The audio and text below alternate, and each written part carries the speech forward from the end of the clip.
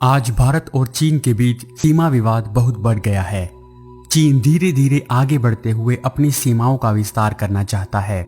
विशेषज्ञों की माने तो चीन और भारत के बीच मौजूदा विवाद की बड़ी वजह यह है कि भारत सीमा रेखा के पास सड़क का निर्माण कर रहा है, जिससे भारत सीमा के पास लगते क्षेत्र में मजबूत होगा।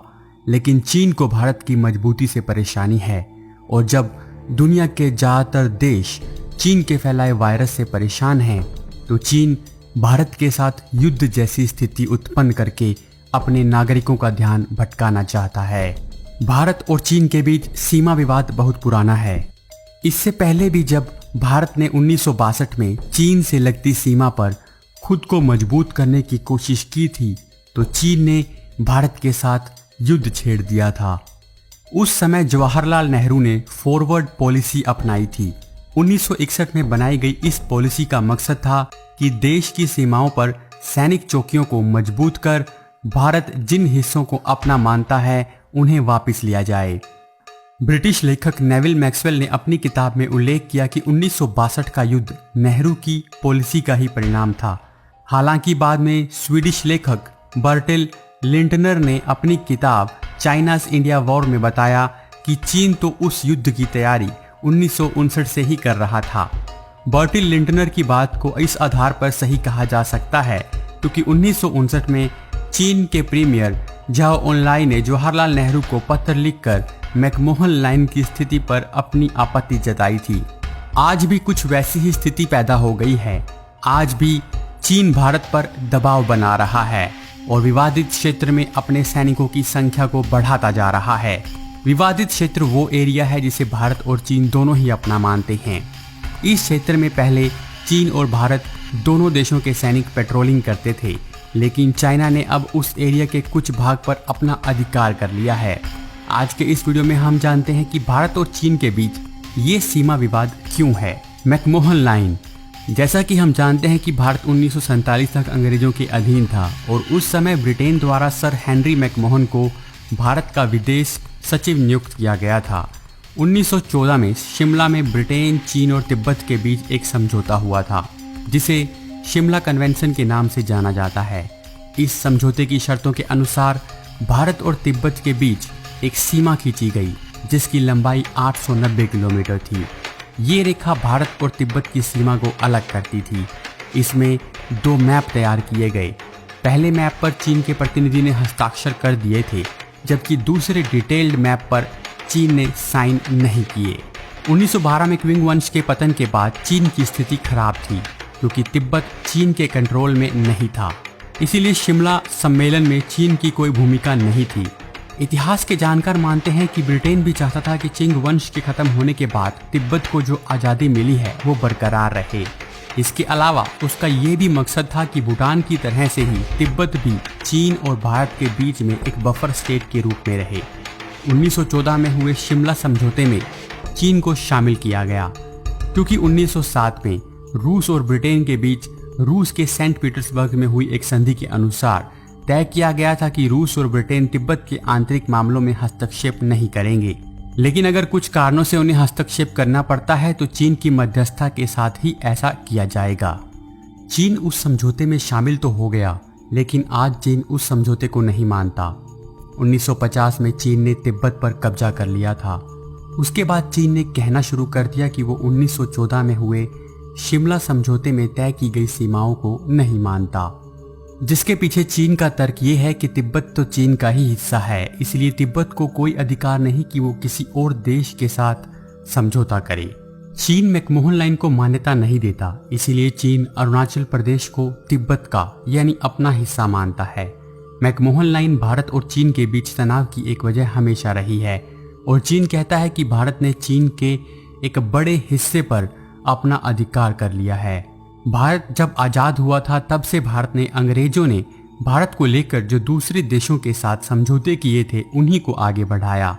चीन ने भी मैकमोहन लाइन को लेकर 1959 तक कोई आपत्ति नहीं जताई थी, लेकिन 23 जनवरी 1959 को चीन में पीपल रिपब्लिक ऑफ चाइना के पहले मुखिया झाओ एनलाई ने भारत के प्रधानमंत्री जवाहरलाल नेहरू को चिट्ठी लिखकर मैकमोहन लाइन के प्रति अपनी आपत्ति दर्ज करवाई थी। 1962 का युद्ध। 1962 का युद्ध भी कुछ हद तक इसी विवाद की वजह से हुआ। इस युद्ध में चीन अरुणाचल प्रदेश की सीमा के बहुत अंदर तक घुस गया था। वहीं चीन ने अक्साई चीन पर भी अपना अधिकार कर लिया, जो भारत का क्षेत्र है।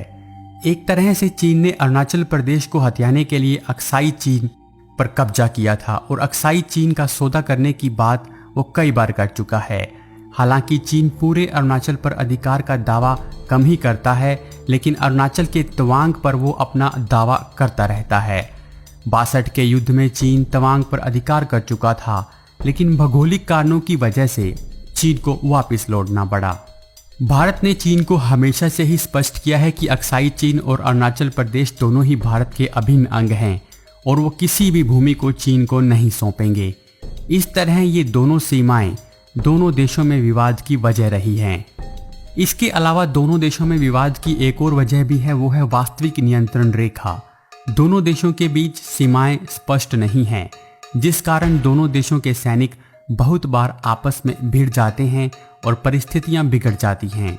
1962 के युद्ध के बाद 62 के युद्ध के बाद जो क्षेत्र जिस देश के कब्जे में रह गया उसे LAC यानी लाइन ऑफ एक्चुअल कंट्रोल कहा जाता है। 62 के बाद 1967 में भारत और चीन के सैनिकों में झड़पें हुई थी। इस लड़ाई में भारत के सैनिकों ने चीन को भारी नुकसान पहुंचाया था। भारतीय सोर्सेज के अनुसार इस लड़ाई में भारत की अपेक्षा चीन के बहुत अधिक सैनिक मारे गए थे। इसके बाद 1975 में चीन के सैनिकों ने पेट्रोलिंग कर रहे भारतीय सैनिकों पर हमला कर दिया था।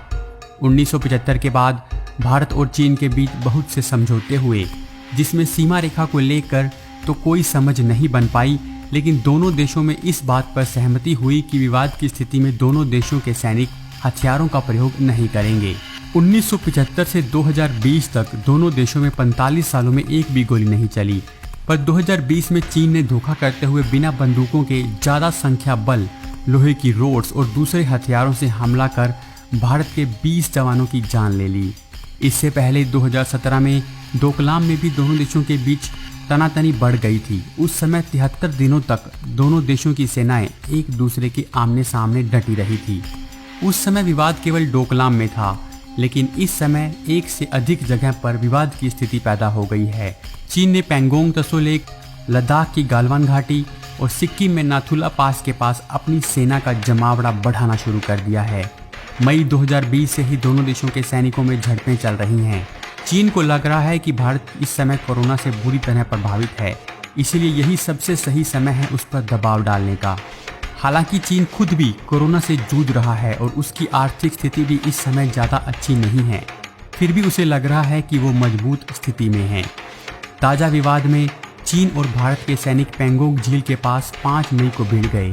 इसके बाद 9 मई को नाथुला दर्रे के पास भी भारत और चीन के सैनिकों में झड़पें हुई। 25 मई को चीन ने लद्दाख में 5000 सैनिकों को जमा कर लिया। भारत ने भी सीमा पर सैनिकों की संख्या बढ़ा दी। 6 जून को दोनों सैनिकों के टॉप मिलिट्री ऑफिसर्स में सेना को पीछे हटाने को लेकर बातचीत हुई। 9 जून को सेनाओं के पीछे हटने पर सहमति बन गई, लेकिन 15 जून को गलवान घाटी में हिंसक झड़पें हुई, जिसमें भारत के 20 जवान शहीद हो गए। भारतीय सूत्रों के अनुसार चीन के 40 से अधिक सैनिक हताहत हुए हैं, लेकिन चीन ने इसे लेकर आधिकारिक तौर पर किसी को भी कुछ नहीं बताया। चीन के द्वारा भारत के 10 सैनिकों को बंदी भी बना लिया गया था, जिन्हें बाद में छोड़ा गया। लद्दाख और अक्साई चीन के बीच गालवान घाटी पड़ती है। अभी जो विवाद चल रहा है उसमें चीन ने इस पूरी घाटी पर ही अपना अधिकार बता दिया है, जबकि इस घाटी पर भारत का अधिकार है। भारत के प्रधानमंत्री नरेंद्र मोदी ने कहा है कि चीन ने भारत की एक भी पोस्ट को कब्जे में नहीं लिया है, लेकिन मीडिया रिटायर्ड आर्मी ऑफिसर्स का कहना है कि चीन भारत की सीमा में घुस गया है, तभी ये विवाद इतना अधिक बढ़ गया है। चीन ने विवादित हिस्से पर कब्जा कर लिया है और सेना की तैनाती को बढ़ा दिया है, और इससे दोनों देशों में तनाव बढ़ना स्वाभाविक है। अब देखना होगा कि भारत और चीन के बीच ये विवाद किस हद तक जाता है।